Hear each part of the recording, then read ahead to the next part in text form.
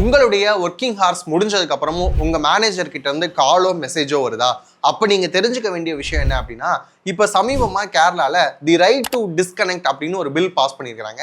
என்ன அப்படின்னு கேட்டா, உங்களுடைய ஒர்க்கிங் ஹார்ஸ் முடிஞ்சதுக்கு அப்புறமும் உங்களுடைய முதலாளியோ பாஸோ வந்து கால் பண்ணி இந்தந்த ஒர்க் பண்ணுங்க அப்படின்னு சொல்லி உங்களை கால் பண்ணாங்க அப்படின்னா, ரைட் டு டிஸ்கனெக்ட் அப்படின்னா உங்களுடைய முதலாளிக்கு நீங்க பதிலளிக்கவோ இல்லை உங்க மேனேஜருக்கு வந்து எந்த ஒரு ரிப்ளை பண்ண வேண்டிய அவசியம் கிடையாது. அது உங்களுடைய உரிமை அப்படின்னு சொல்லியிருக்கிறாங்க. இது எதுக்காக கொண்டு வந்திருக்கிறாங்க அப்படின்னா, 88% தொழிலாளர்கள் வந்து ஒர்க்கிங் ஹவர்ஸ் தாண்டி மெசேஜஸ் கால்ஸ்னால அஃபெக்ட் ஆகுறாங்க அப்படிங்கிற விஷயம் சொல்லியிருக்கிறாங்க.